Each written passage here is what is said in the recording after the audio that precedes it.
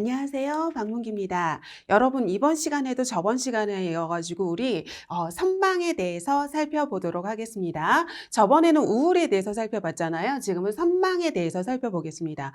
선망이라는 단어가 조금 낯설죠. 선망이라고 하는 건 뭐를 얘기하는 거냐면요. 여러분, 의식장애예요, 지금. 선망이라고 하는 건 뭐냐면 지금 의식의 장애가 일어난 거거든요. 그래서 의식 장애로 인해서 이 장애로 인해서 여러 가지 장애를 동반하는 거거든요. 그러니까 주된 거는 지금 환자 의식이 지금 장애가 일어났다고 생각하시면 되는 거거든요. 그래서 의식 장애로 인해 가지고 여러 가지의 인지 기능 전반의 장애도 나타나고요. 거기에다가 이렇게 정신병적인 증상까지 동반할 수 있는 게 바로 선망이라고 생각하시면 됩니다.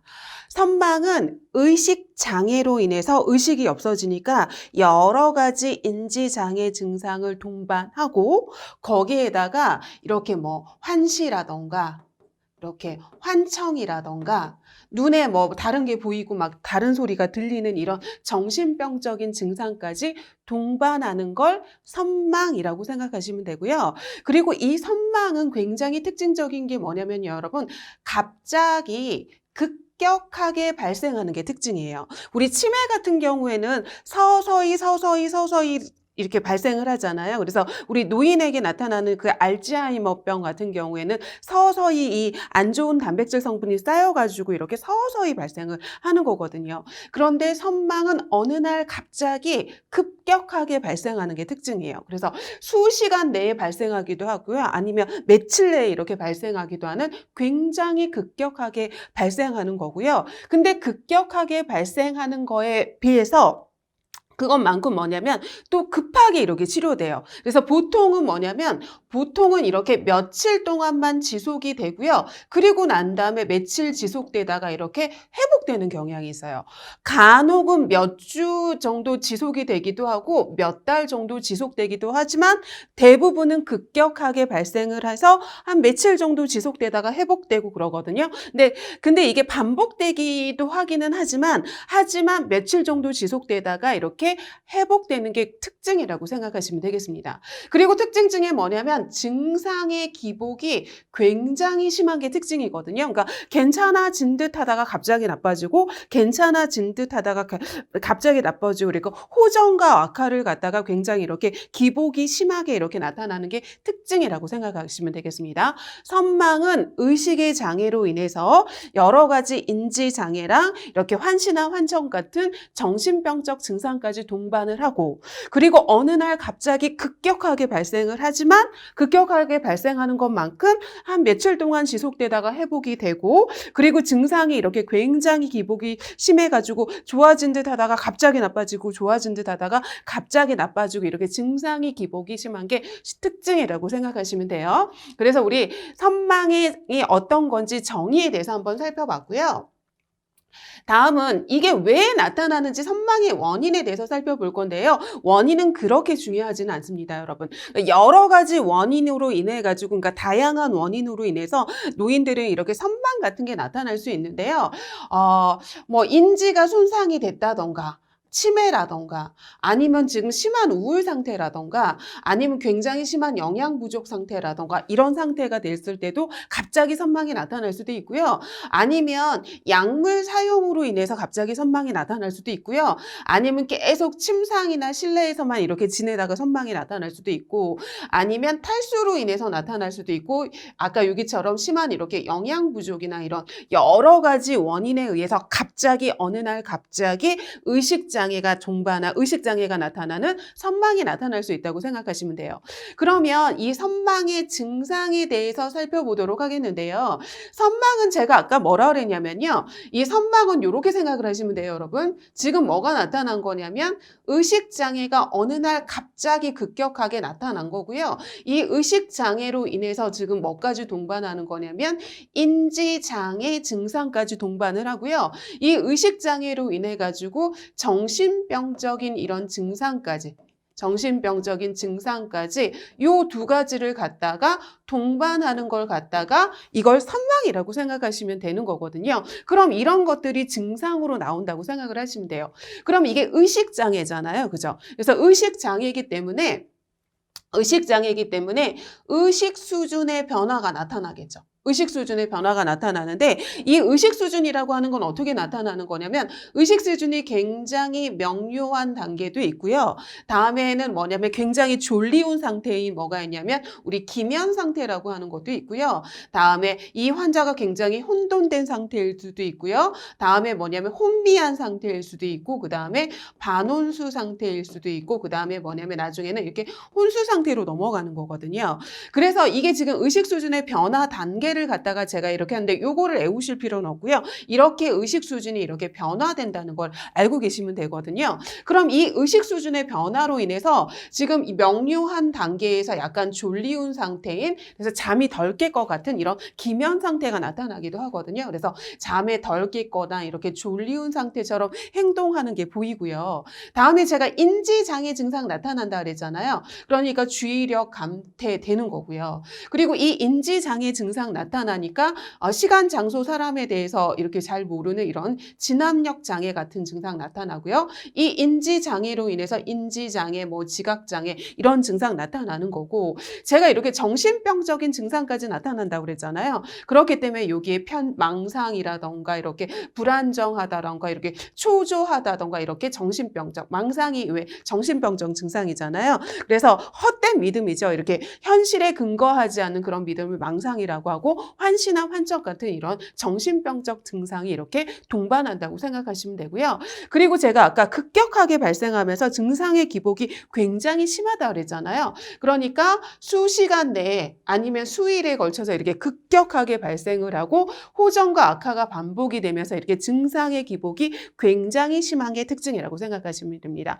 선망은 의식장애로 인해서 인지장애 증상 나타나고 정신병적인 증상까지 동반을 하고 급격하게 발생을 하고 하지만 며칠 정도 지속이 되다가 회복이 되고 그리고 증상이 호전과 악화를 반복을 하면서 굉장히 기복이 심한 게 특징이다 하고 생각하시면 됩니다. 그래서 지금 선망의 증상에 대해서 살펴봤고요. 다음은 어떤 거에 대해서 살펴볼 거냐면 그럼 이 선망의 치료를 하기 위해서 어떻게 하고 예방을 하기 위해서 어떻게 하는지에 대해서 살펴보도록 하겠는데요. 여러분 여기에서 이게 시험 문제 나올 때는 어떻게 나오냐면 선망 환자의 진압력을 유지하기 위한 간호를 고르세요. 아니면 이렇게 나오죠. 여러분 어떻게 나오냐면 진압력을 유지하기 위한 간호로 옳은 것은 아니면 신체 통합성을 유지하기 위한 간호로 옳은 것은 아니면 개인의 정체성을 유지하기 위한 간호로 옳은 것은 착각 환각 관리를 위한 간호로 옳은 것은 초조 관리로 위한 간호의 방법으로 옳은 것은 야간의 혼동 방지를 위한 간호의 방법으로 옳은 것은 해가지고 이렇게 고르는 시험 문제가 나올 수 있기 때문에 그거에 대한 게 어떤 건지에 대해서 여러분들이 잘 살펴보시면 되거든요. 그러면 제가 아까 뭐라고 했냐면요. 여러분 제가 아까 뭐라고 했냐면 얘는 의식장애로 인해서 뭐가 나타난다 그랬냐면 인지장애 여러 가지 인지장애 증상을 갖다가 동반한다 그랬거든요. 그렇기 때문에 이 진압력 장애가 나타난단 말이에요. 그럼 이 진압력이라고 하는 건 뭐냐면 시간, 장소, 사람에 대해서 아는 걸 갖다가 뭐라고 하냐면 진압력이라고 하거든요. 그러면 시간에 대한 개념이 무너지고 장소에 대한 개념이 무너지고 사람에 대한 그런 개념이 무너진단 말이에요. 그렇기 때문에 이 환자에게 선망 환자에게 지금 시간에 대한 개념을 가지도록 해줘야 되는 거고 장소에 대한 개념을 가지도록 해야 되는 거고 사람에 대한 그런 개념을 가지도록 이렇게 도와줘야 되는 간호라고 생각을 하시면 되거든요. 그래서 진압력 을 유지하기 위한 방법은 시간, 장소, 사람에 대한 거를 갖다가 알게 해주고 유지하기 위한 간호라고 생각하시면 됩니다. 그럼 이제 볼게요, 여러분. 그러면 시간을 알게 해줘야 되잖아요. 그죠? 지금 진압력이라고 하는 건 제가 뭐라 그랬냐면 시간, 장소, 사람에 대한 개념이라고 그러잖아요. 그럼 이 시간에 대한 이 개념을 계속 유지하게 하기 위해서 왜냐하면 시간에 대한 개념이 없기 때문에 굉장히 의식의 변화로 인해서 제가 급격하게 악화된다고 그랬잖아요. 증상의 기복이 심하다 그랬잖아요. 그렇기 때문에 어느 날 갑자기 발생했는데 이게 시간에 대한 개념이 무너져가지고 낮인지 밤인지조차 모르거든요. 그럼 이 시간을 알게 하기 위해서 낮에는 창문이나 커튼을 열어주고요. 밤에는 창문을 닫고 커튼을 이렇게 쳐가지고 그때는 밤이라는 걸 알려줘가지고 지금 시간에 대한 개념을 알게 해주는 거고요. 다음에 보세요, 여러분. 사랑하는 사람의 사진이나 달력이나 시계 같은 거를 가까이 두는 거예요. 계속 보게. 그래서 이렇게 사진을 보게 해가지고 사람에 대한 이 개념을 계속 유지하도록 해주는 거고요. 달력, 시계 같은 거 놔둬가지고 지금 뭐냐면 시간에 대한 이 개념을 유지하게 해준다고 생각하시면 되겠습니다. 그래서 지금 진압력을 유지하는 방법에 대해서 살펴봤는데 그리고 난 다음에 이 환자한테는 지금 이 진압력을 유지하기 위해서 반복적으로 계속 알려주는 것도 하나의 방법이라고 생각하시면 되겠습니다. 그래서 시간, 장소, 사람의 개념을 갖다가 유지하게 하는 진압력을 유지하기 위한 간호에 대해서 살펴봤고요. 다음은 신체의 통합성을 유지하는 방법이라고 하는 건 뭐냐면요, 여러분. 자기가 자기의 신체를 갖다가 잘 스스로 관리할 수 있는 그런 통합성을 유지하는 방법이거든요. 그럼 여기서 중요한 개념은 뭐냐면요. 이게 본인 스스로 하도록 하는 거예요. 다른 사람에 의존하게 하지 말고요. 자기에 대한 그런 기본적인 신체 활동을 다른 사람에게 의존하게 하는 게 아니라 자기 스스로 자기의 신체 관리를 하도록 하는 게 신체 통합성을 유지해주는 방법이거든요.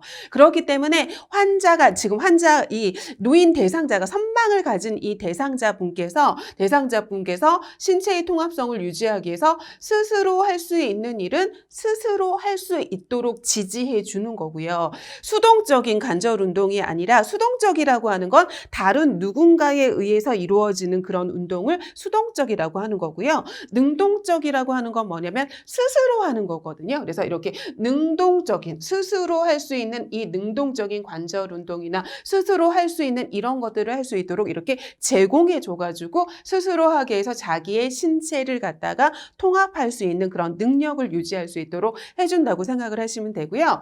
다음에 이 환자 같은 경우에는 지금 의식장애가 굉장히 심하기 때문에 이렇게 왔다 갔다 증상의 기복이 심하기 때문에 본인의 정체성을 잃어버리기도 하거든요. 그래서 본인이 누군지, 가족이 누군지, 남편이 앞에 있는데도 모르고 뭐 아들, 딸이 앞에 있는데도 못 알아보고 이러거든요. 그럼 개인의 자기가 누군지 개인의 정체성을 유지해야 되는 거잖아요. 그렇기 때문에 가족 구성원이 자주 방문하도록 해가지고 이 사람이 내 남편이구나, 이 사람이 내 딸이구나, 아들이구나 해가지고 나는 남편도 있고 아들, 딸도 있는 그런 사람이구나 해가지고 자기의 정체성을 유지하도록 하기 위해서 가장 가까운 가족 구성원이 자주 방문하도록 하는 거고요. 그리고 이 사람을 갖다가 알아보게 하는 게 이렇게 초점을 맞추게 하는 거지 여러 사람이 이렇게 방문하게 해서 그 사람을 혼란시키게 하는 건 안 좋거든요. 그러니까 접촉하는 사람의 수를 줄이고 가능하면 가족 구성원이 자주 이렇게 방문하도록 해가지고 내가 누구인지를 아는 개인 정체성을 유지하게 해주는 간호가 중요하다고 생각하시면 되겠습니다.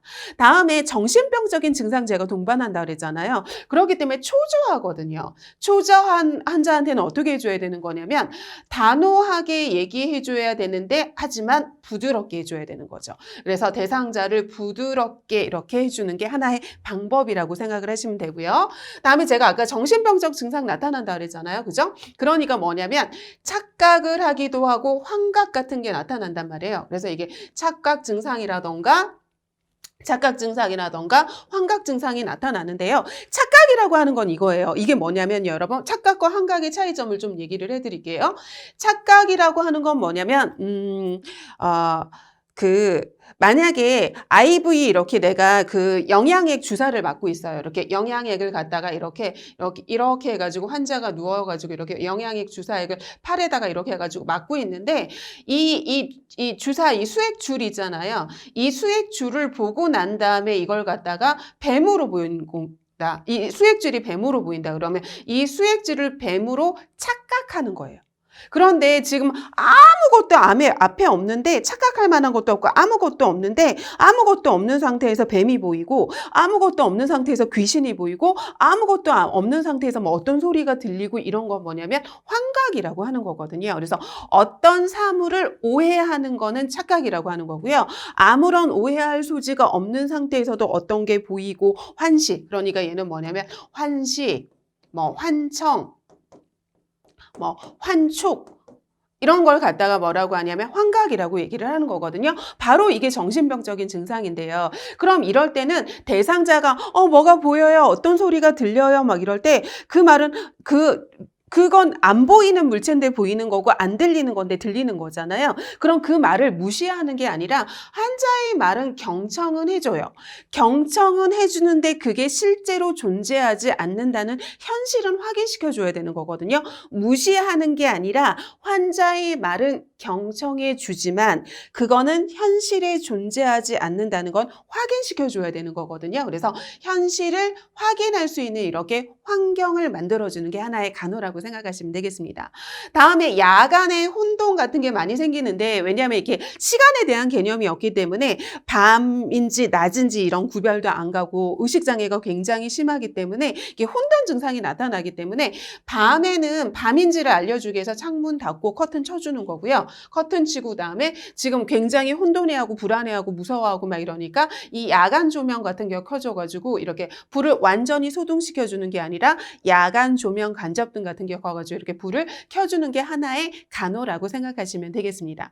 그러면 우리 저번 시간에도 우울하고 치매의 그런 차이점에 대해서 살펴봤잖아요. 그럼 이 의식장애랑 인지장애랑 정신병적인 증상까지 동반하는 이 선망이랑 치매가 어떤 차이점이 있는지에 대해서 살펴보도록 하겠는데 시험 문제에 뭐 선망의 특징에 대해서 아닌 거를 고르세요.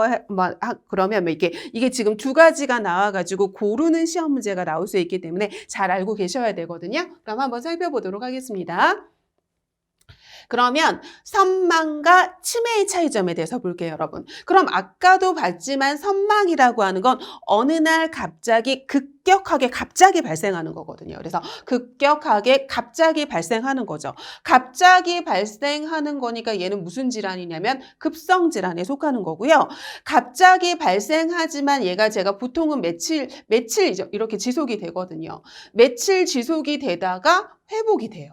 그리고 처음부터 의식장애가 굉장히 심하기 때문에 증상의 기복이 굉장히 심해서 처음부터 아예 사람을 못 알아보는 거죠. 무슨 장애가 나타나기 때문에 그러죠, 여러분? 진압력 장애가 나타나는 거죠. 인지장애 증상을 동반하기 때문에 진압력 장애가 있어서 시간이라던가 장소라던가 이 사람에 대해서 못 알아보는 거라서 이렇게 초기부터 사람을 못 알아보고요. 그리고 이 사람은 뭐냐면 굉장히 신체 생리적인 변화가 굉장히 심하거든요. 그래서 신체적인 증상까지 이렇게 나타나고요. 다음에 제가 당연히 뭐가 나타날까요? 선망은 제가 뭐라 그랬냐면 의식장애라고 그랬거든요. 의식장애이기 때문에 의식 변화가 굉장히 심하고요. 의식장애지만 인지장애 증상까지 동반하기 때문에 주의 집중 굉장히 어렵고요. 다음에 수면 양상이 굉장히 왔다 갔다 이렇게 불규칙하거든요. 그래서 증상이 이렇게 호전됐다 악화됐다 이렇게 기복이 심하다고 얘기했습니다. 그럼 이런 선망에 비해서 치매는 어떤 특징이 있는지 자세히 살펴볼게요. 그럼 치매를 갖다가 우리 뭐라고 하죠, 여러분? 퇴행성 질환이라고 하잖아요. 퇴행성 질환이라고 하는 건 나이 먹어서 노인하게 갑자기 주로 많이 물론 이렇게 혈관성 치매 같은 경우에 갑자기 발생하기도 하지만 치매의 대부분은 알츠하이머병을 얘기를 하거든요. 그래서 노인에게 서서히 이렇게 나이 들어감에 따라서 나타나는 걸 퇴행성 질환이라고 하잖아요. 그러니까 치매는 나이 들어서 이렇게 서서히 나타나는 거고요. 나이 들어서 서서히 나타나기 때문에 얘는 뭐냐면 만성 질환이죠. 만성 질환이라서 왜 치매 한 번 나타나면 회복되는 게 아니라 치유될 수 있는 게 아니라 계속 죽을 때까지 가는 거잖아요. 그래서 만성 질환이고 대부분은 이렇게 계속 만성으로 진행되고 그리고 처음부터 사람을 못 알아보는 게 아니라 초기 치매, 중기 치매, 말기 치매가 있는데 이게 점점 진행될수록 나중에 사람을 못 알아보는 거죠.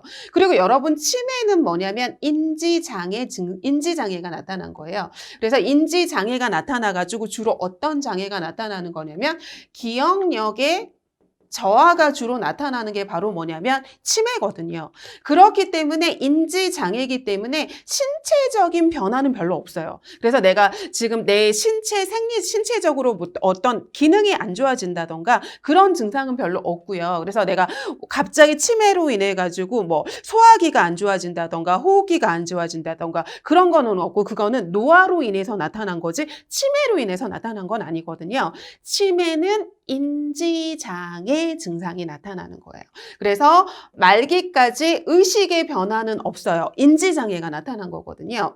그리고 주의를 집중하는 이 주의 집중력은 말기까지 떨어지지는 않아요. 그리고 수면 양상은 수면을 굉장히 조금 하는 사람도 있고 그리고 굉장히 잠만 자는 그런 치매 환자도 있고 이거는 개인차가 좀 있다고 생각하시면 되겠습니다. 그래서 우리 선망과 치매의 이런 차이점에 대해서 비교하는 걸 한번 살펴봤습니다. 살펴봤고요. 그 다음서부터는 우리 문제풀이로 들어가서 한번 살펴보도록 하겠습니다. 그러면 우리 문제풀이 풀어보도록 하겠습니다. 그럼 1번부터 살펴볼게요, 여러분. 1번, 노화에 따른 지금 대상자의 신체적인 변화를 관찰하는 거예요. 지금 대상자, 지금 우리 요양보호 대상자 그 노인분들에게 지금 뭐냐면 그들에게 나타나는 지금 신체적인 변화를 갖다가 관찰할 때, 이런 걸 관찰할 때 환경적으로 우리가 고려해야 될 점이 아닌 거에 대해서 물어보고 있거든요. 그럼 1번은 뭐냐면 지금 신체적인 변화를 갖다가 관찰을 하는 거니까 이 환자가 지금 움직일 수 있는지 안 움직일 수 있는지 못 움직이는지 그걸 확인해야 되잖아요. 그러니까 대상자가 움직일 수 있는 적당한 공간 확보하는 거 맞고요. 다음에 지금 환자를 관찰을 해야 되는 건데 소음이 있으면 안 되잖아요. 그러니까 소음을 최소화하는 거고요. 그리고 환자의 지금 상태를 관찰해야 되니까 환자가 가장 편안한 환경 이렇게 조성을 해줘야겠죠. 다음에 환자가 앉을 수 있는 이렇게 편안한 의자를 준비할 수도 있는 거고요. 그리고 지금 환자의 지금 이 대상자의 지금 신체적인 변화를 관찰을 하는데 여러 사람이 보게 되면 그걸 의식할 수 있잖아요. 그렇기 때문에 여러 사람이 함께 공유하는 공간이 아니라 이 사람의 지금 사생활이 보장되는 그런 환경이 만들어져야 되는 거거든요. 그래서 공유하는 환경이 아니라 다른 사람을 의식하지 않는 사생활이 이렇게 보장되는 환경을 만들어줘야 된다고 생각하시면 되거든요. 그래서 몇 번이 아니냐면 5번이 아니라고 생각을 하시면 되겠습니다. 다음에 이렇게 여러 가지의 그 대상자의 지금 신체적인 변화를 관찰할 때 지금 무릎의 통증을 호소한대요. 그럼 무릎의 통증을 호소하면 이거는 지금 근골격계의 지금 질환이 나타나는 거잖아요. 근골격계. 그럼 이 근골격계에 대한 거를 갖다가 관찰해주고 해줘야 되는 거거든요. 그럼 살펴볼 때 무릎의 통증이 나타나는 거니까 무릎의 통증이 어느 정도 나타나는지 통증의 정도 살펴봐야 되는 거고요.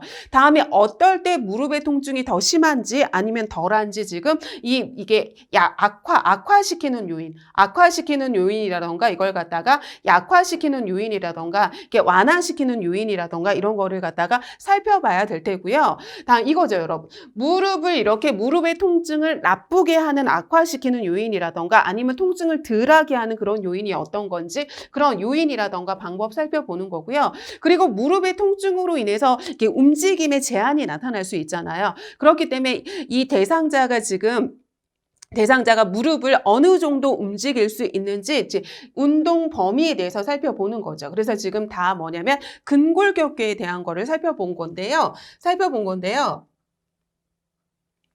근데 4번은 연하곤란이라고 하는 건 뭐냐면 지금 삼키지 못하는 거거든요. 잘 삼키지 못하는 거라서 이거는 지금 뭐냐면 소화기계 증상에 해당이 돼요. 소화기계 증상이거든요. 그러면 이 대상자가 지금 위험이 있다던가 아니면 지금 소화곤란을 호소한다던가 아니면 소화기계 관련 증상을 호소할 때 이걸 살펴보는 거지 지금 근골격계 질환을 호소하는데 소화기계 증상을 갖다가 살펴볼 필요는 없는 거거든요. 그러니까 답이 아닌 거는 몇 번이라고 보시면 되냐면 4번이라고 보시면 되겠습니다.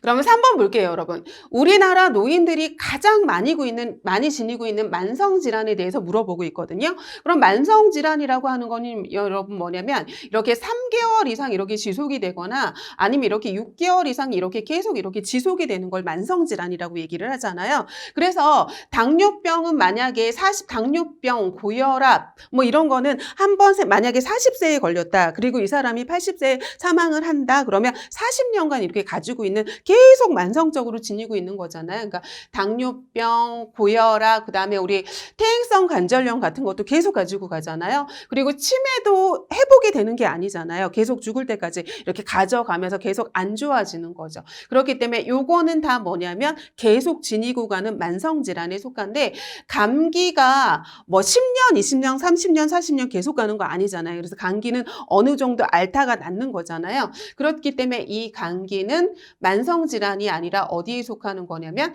급성 질환에 속한다고 생각을 하시면 되죠. 그래서 답은 5번이라고 생각하시면 되겠습니다. 그럼 이제 4번 볼게요, 여러분.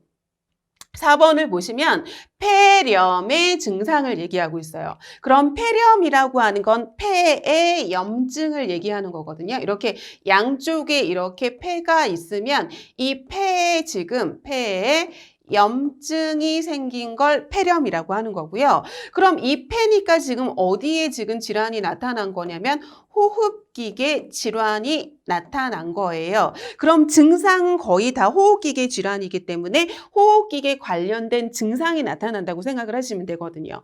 그러면 호흡기계니까 감기, 호흡기계 증상이잖아요. 그죠? 그리고 우리 감기 같은 이런 호흡기계 증상 나타났을 때 열이 나타나기도 하고 기침 나타나기도 하고 너무 기침해가지고 이렇게 가슴이 아픈 흉통 같은 증상 나타날 수 있고요. 다음에 기침, 가래, 기침, 그죠? 다음에 뭐냐면 호흡곤란.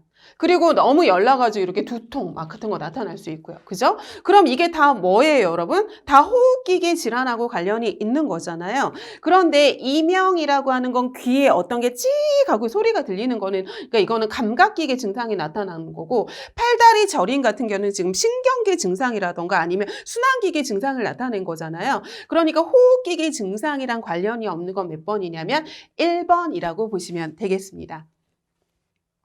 다음은 5번 볼게요, 여러분. 호흡기계예요, 여러분. 호흡기계 질환이 아닌 거예요. 그러면 기관지염 호흡기계 증상이고요. 폐염증인 폐렴 호흡기계 증상이고요. 천식 호흡기계 증상이죠. 다음에 결핵, 폐결핵도 호흡기계 증상이죠. 그런데 고혈압이라고 하는 건 뭐냐면 얘는 순환기계 증상이죠. 순환기계 증상을 얘기를 하는 거고 순환기계 그런 질환이라고 하는 거잖아요. 그럼 여러분 순환기계라고 하는 걸 뭘 얘기하는 거냐면 얘는 혈액순환을 얘기를 하는 거예요. 혈액의 순환을 얘기를 하는 거거든요. 그러면 혈액을 박출해내는 뭐를 하는 거냐면 심장에 관련된 질환을 얘기를 하는 거고요. 다음에 혈액은 지금 뭐죠, 여러분? 혈관을 타고 다니는 게 혈액이잖아요. 그러니까 혈관에 대한 걸 얘기를 하는 거고요. 그죠? 다음에 심장이나 혈관이나 이런 혈액이잖아요. 혈액을 타고 나는 혈액 아니면 림프 같은 순환 이런 거를 나타나는 게 바로 뭐냐면 순환기계거든요. 근데 고혈압이라고 하는 건 뭐냐면 혈압이 높은 거잖아요. 그죠? 혈압이 높은 거죠. 혈압이 높으니까 지금 여기 혈관, 혈액에 관련된 거잖아요. 그렇기 때문에 얘는 뭐냐면 호흡기계 질환이 아니라 순환기계 질환이라고 생각하시면 되는 거죠. 그래서 답은 2번이 아니라고 보시면 되겠습니다.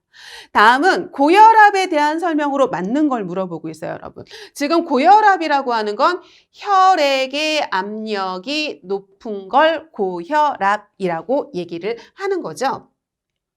혈액의 압력이 높은 걸 고혈압이라고 얘기를 하는 건데요. 1번부터 볼게요. 그럼 혈압이라고 하는 건 우리 정상 혈압을 우리 120에 80 정도라고 얘기를 하잖아요. 그래서 120에 80 이하를 이게 정상 혈압이라고 얘기를 하는데 얘를 갖다가 뭐라고 하는 거냐면 수축기압이라고 얘기를 하고요. 얘는 뭐라고 하는 거냐면 이완기압이라고 얘기를 하면서 얘는 높잖아요. 그러니까 얘는 최고 혈압이라고 얘기를 하는 거고요. 얘는 뭐라고 하는 거냐면 최저 고혈압이라고 얘기를 하는 거죠. 그럼 1번 볼게요, 여러분. 혈압은 최고 혈압인 수축기 혈압만 있는 게 아니라 최저 혈압인 이완기 혈압도 있으니까 얘 틀렸죠.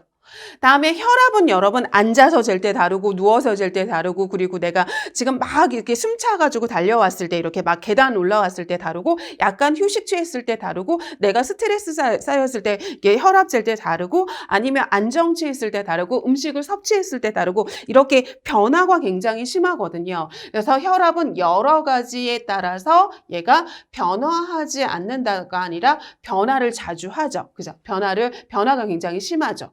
다음에 혈압은 측정 시간이나 몸의 자세에 따라서 다르죠. 그래서 아침에 측정한 거랑 오후에 측정한 거라. 그래서 오후는 활동량이 좀 더 많잖아요. 그러니까 오후에 측정한 게 좀 더 높고 새벽은 활동량이 없잖아요. 그러니까 혈압이 좀 낮게 측정이 되고요. 다음에 앉아 있을 때 다르고 서 있을 때 다르고 측정이 다르죠. 다음에 가장 이상적인 혈압은 120에 80 맞는데요. 120에 80 이상 이렇게 높은 게 아니라 120에 80 이하를 얘기를 하는 거고요. 고혈압이라고 하는 건 뭐냐면 140에 90 이상을 얘기를 하는 거거든요. 그러니까 맞는 답은 5번이라고 보시면 되겠습니다. 그래서 다시 한번 좀 살펴보면요, 여러분. 다시 한번 살펴보면 우리 정상혈압이라고 하는 건 120에 80 이렇게 이하 80 이하를 얘기를 하는 거고요. 다음에 정상 혈압 맞고 요거보다 혈압이 높은 걸 우리 뭐라고 하는 거냐면 고혈압이라고 하고 이 고혈압이라고 하는 건 140에 90 이상을 얘기를 하는 거고요. 다음에 이거보다 혈압이 낮는 걸 뭐라고 하는 거냐면 저혈압이라고 얘기를 하잖아요. 그래서 저혈압은 90에 60 이하인 거를 갖다가 우리 저혈압이라고 한다고 생각하시면 되겠습니다. 다음에 이제 7번 볼게요, 여러분. 순환기계 질환이 아닌 걸 물어보고 있어요. 그럼 제가 아까 순환기계라고 하는 건 혈액순환 생각하라고 했거든요. 혈액순환. 그러면 혈액을 박출해내는 뭐가 해당이 되는 거냐면 심장질환이 여기에 속하는 거고요. 다음에 혈액이 가는 관을 만약에 혈관은 혈액이 흐르는 관을 얘기를 하는 거잖아요. 그러니까 혈관 질환이라던가 아니면 지금 혈액에 관련된 걸 갖다가 우리 순환기계라고 얘기를 하는 거거든요. 그러면 동맥은 혈관이잖아요. 그죠? 우리 혈관은 동맥도 있고 정맥도 있잖아요. 그럼 이 동맥경화증이라고 하는 건 뭐냐면 혈관 질환 얘기를 하는 거고요. 다음에 얘는 지금 혈액의 압력이 높은 거잖아요. 그러니까 얘는 혈액에 해당이 되고 또 뭐냐면 혈관에도 해당이 되죠. 다음에 심부전이라고 하는 건 지금 뭐냐면 심장에 해당이 되는 거고요. 그죠? 심장 기능을 못하고 있는 거잖아요. 다음에 저혈압이라고 하는 건 혈액의 압력이 낮은 거잖아요. 그러니까 얘도 혈액에 해당이 되고 바로 얘도 혈관에 해당이 되는 거죠. 그렇기 때문에 이 폐결핵은 근데 뭐냐면 얘는 순환기계가 아니라 지금 호흡기계 질환에 해당이 되는 거죠. 그러니까 아닌 거는 몇 번이냐면 4번이라고 보시면 되겠습니다. 다음은 8번 살펴보도록 할게요, 여러분. 다음은 마저 8번 살펴보도록 하겠습니다. 8번에 보시면 호흡기계 질환이 지금 아는 걸 물어보고 있어요, 여러분. 그럼 호흡기계는 기관지 호흡기계죠. 다음에 여기도 기관지 호흡기계죠. 폐호흡기계죠. 그죠? 다음에 천식은 지금 기도 경련, 기도 부종이 나타나고 지금 기도가 좁아진 상태잖아요. 이 천식이라고 하는 건 지금 기도가 지금 알레르기성 질환으로 인해 가지고 지금 기도가 좁아진 상태를 얘기를 하니까 얘 다 호흡기계잖아요. 그런데 요실금이라고 하는 건 바로 뭐를 얘기하는 거냐면 얘는 비뇨기계 질환을 얘기를 하는 거죠. 그러니까 아닌 건 몇 번이냐면 3번이라고 보시면 되겠습니다. 다음은 9번 볼게요, 여러분. 심부전이잖아요, 여러분. 심부전이라고 하는 건 뭐냐면 심장이 자기 기능을 제대로 하지 못하는 걸 심부전이라고 하거든요. 그러면 얘는 심장이 자기 기능을 제대로 하지 못하는 거죠. 지금 심장이 자기 기능을 제대로 하지 못하는 거예요. 그럼 얘는 심장 질환이니까 뭐에 해당이 되죠, 여러분? 지금 순환기계 질환에 속하는 거죠. 순환기계 질환에 속하는 거고 제가 아까 순환기계 질환이라고 하는 건 뭐냐면 심장질환도 해당이 되고 이 혈액에 대한 혈액도 해당이 되고 혈액이 흐르는 혈관도 포함이 된다고 했었잖아요. 그죠? 그럼 볼게요, 여러분. 동맥, 혈관이죠. 다음에 혈액의 압력이 높으니까 혈액이죠. 그죠? 그리고 난 다음에 이 원인이 되는 질환이니까 이거겠네요. 그죠? 이거죠. 그러면 다른 것도 좀 살펴볼까요, 여러분? 다른 건 살펴보면 골다공증 뭐죠? 얘는 근골격계 질환인 거죠. 근골격계 질환에 해당이 되고 당뇨는 인슐린이라는 호르몬하고 관련돼 있으니까 얘는 내분비계 질환을 얘기를 하는 거고요.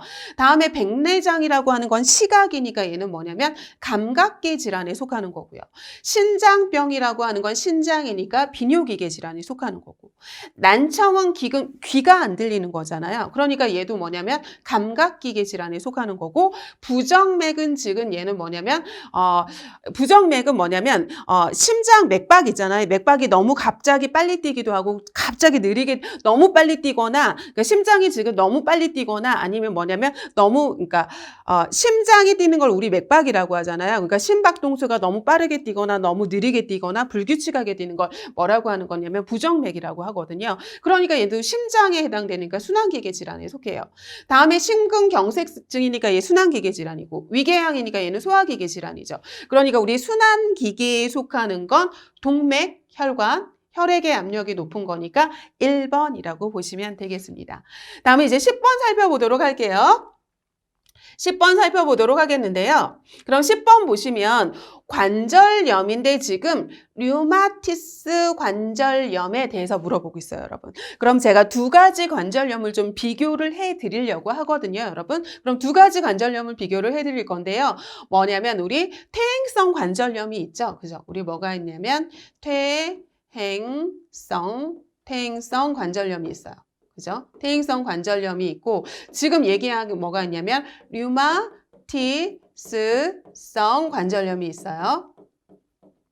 그리고 제가 이 퇴행성 관절염은 이론 시간에 제가 배우면서 뭐라고 했냐면요, 여러분 60대 여성에서 둘 중에 한 명은 퇴행성 관절염이라고 했거든요. 그래서 이게 퇴행성 관절염인데 제가 뭐라고 했냐면 이렇게 무릎이 이렇게 있었잖아요, 그죠? 무릎이 이렇게 있었죠, 그죠? 무릎이 이렇게 있으면 여기에 뭐가 있다냐면 연골이 있다 그랬거든요. 그죠?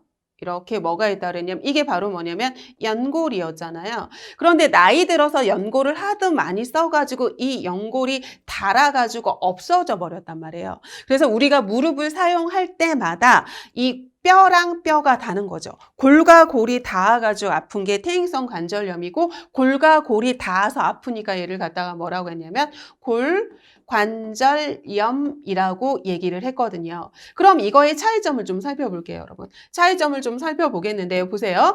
퇴행성 관절염은 연골을 많이 써서 닳아서 없어진 거거든요. 그래서 많이 써서 서서히 닳아서 없어진 거예요.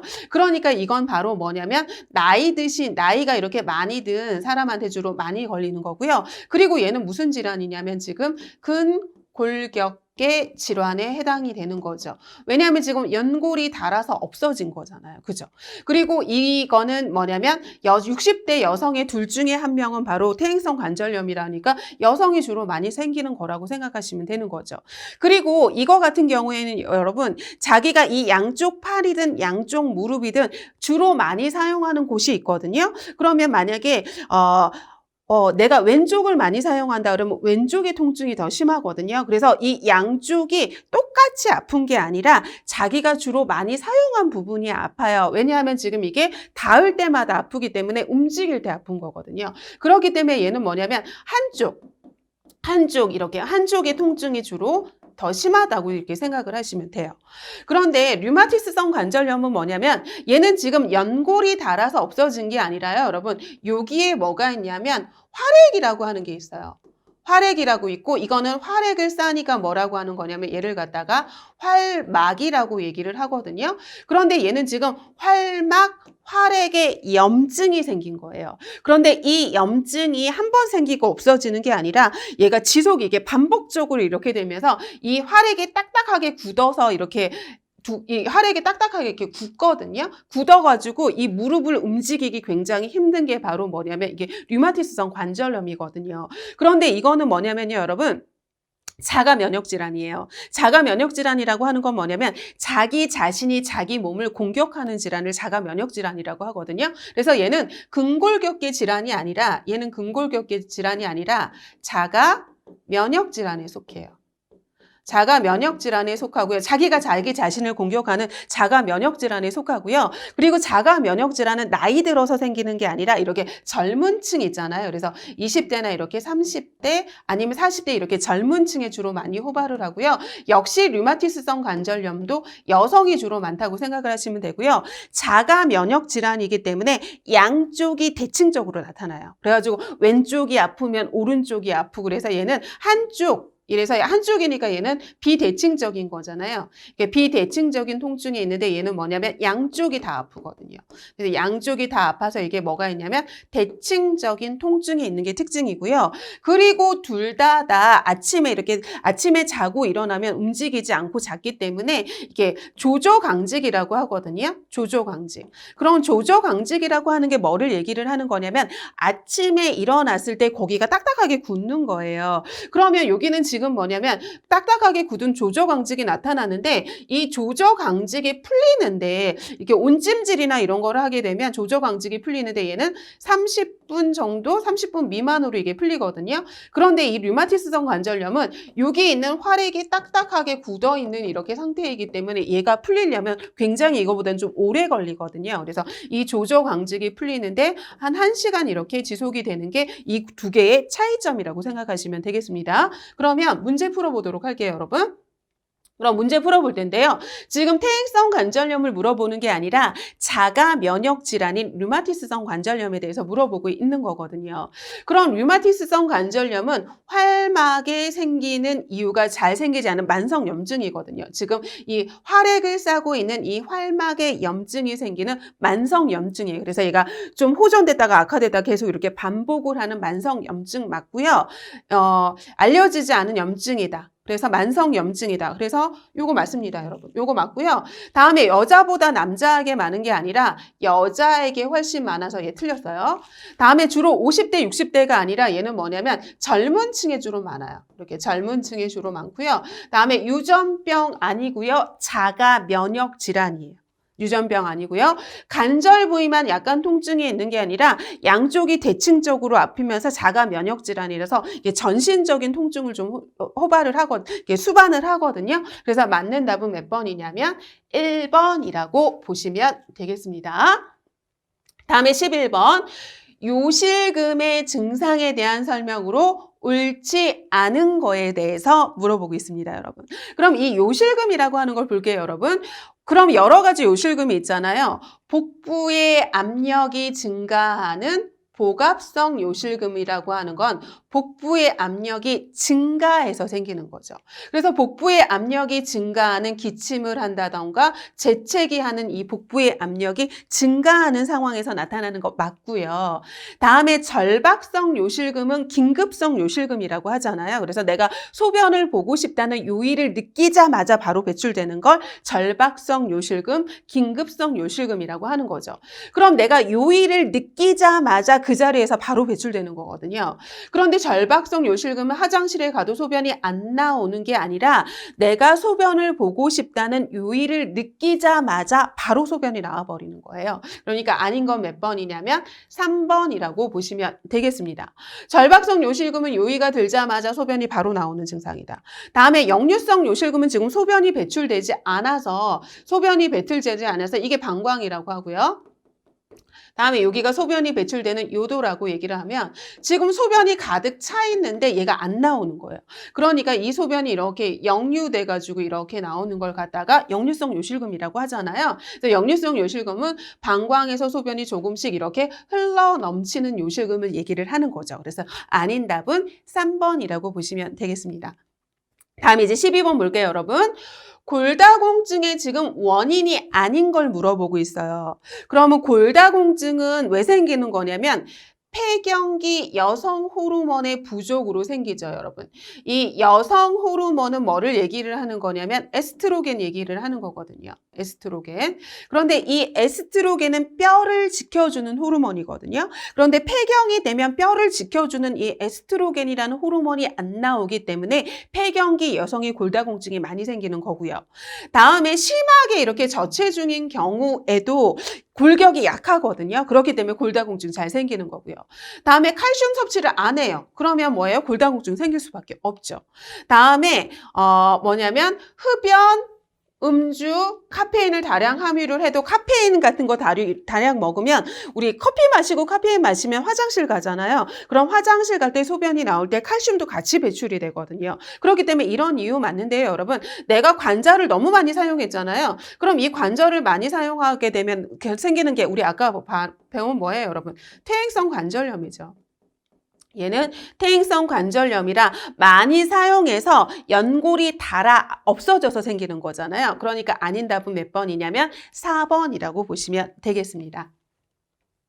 다음 중 피부계 질환을 물어보고 있어요, 여러분. 피부계. 그러면 난소암은 난소잖아요. 그러니까 여기는 생식기계 질환이죠. 전립선도 남성의 뭐예요, 여러분? 생식기계 질환에 속하는 거고. 요실금은 지금 뭐냐면 비뇨기계 질환에 속하는 거죠. 파킨슨 질환은 뭐를 얘기를 하는 거냐면 신경계 질환에 속하는 거고요. 그런데 피부계 질환에 속하는 게 바로 뭐냐면 피부가 건조한 거죠, 여러분. 피부가 건조해가지고 거기가 가렵고 해가지고 나중에 가려움증인 소양증 같은 게 동반이 되고요. 그리고 막 긁으니까 여기에 뭐도 되는 거냐면 이게 염증 같은 게 생기기도 하고 뭐 이런 게 생길 수 있는 거잖아요. 그러니까 답은 몇 번이냐면 2번이라고 보시면 되겠습니다. 다음에 14번 요실금. 요실금이라고 하는 게 뭐죠, 여러분? 자신의 의지와 상관없이 소변이 배출되는 걸 요실금이라고 하잖아요. 그럼 이 요실금의 원인으로 옳지 않은 거에 대해서 물어보고 있어요. 그러면 요실금은 자신의 의지랑 상관없이 배출되는 거잖아요. 그러면 변비일 때 변이 배출되지 않으면 배에 막 힘을 주게 되잖아요. 그럼 배에 힘을 주게 되면 뭐가 올라가죠, 여러분? 복부의 압력이 상승한단 말이에요. 그럼 이 복부의 압력이 상승했을 때 나타나는 요실금을 복압성 요실금이라고 하니까 얘 맞죠? 다음에 골반근 조절 능력이 약화되면 맞죠? 그래서 우리 이렇게 보시면 이게 방광이 있고 이렇게 요도가 있을 때 이렇게 잡아주는 얘를 이렇게 잡아주는 얘가 뭐냐면 골반 저부 이렇게 근육이란 말이에요. 그럼 얘가 이렇게 튼튼하게 잡아주면 소변이 새는 일이 없는데 이렇게 튼튼하게 잡아주는 게 아니라 얘가 이렇게 약간 이렇게 얇다고 생각을 해보세요. 그럼 얘가 튼튼하게 잡아주지 못하니까 이렇게 소변이 자꾸 이렇게 새는 증상이 나타날 수밖에 없거든요. 그러니까 맞고요. 다음에 노화에 따른 호르몬의 불균형, 호르몬 때문에 요실금이 생기진 않아요, 여러분. 노화에 따라서 호르몬의 불균형은 뭐가 나타나는 거냐면 전립선 비대증이거든요. 전립선 비대증은 왜 생기는 거냐면 나이 들어서 남성 같은 경우에 남성 호르몬은 줄어들고 여성 호르몬이 이렇게 늘어나면서 이 호르몬의 불균형으로 나타나는 게 전립선 비대증이지 요실금은 아닙니다. 그러니까 답은 3번이라고 보시면 되고요. 다음에 폐경기 이후에 여성 호르몬 생산 중지로 요도 기능이 약화돼서 생길 수도 있고요. 다음에 약물 복용이나 아니면 신경 조절이 잘 안 돼서 생길 수도 있거든요. 그러니까 답은 몇 번이 아니냐면 3번이 아니라고 보시면 되겠습니다. 우리 이번 시간에는 여기까지 살펴보고요. 다음 시간에 마저 이어서 우리 문제풀이 마저 살펴보도록 하겠습니다. 수고하셨습니다.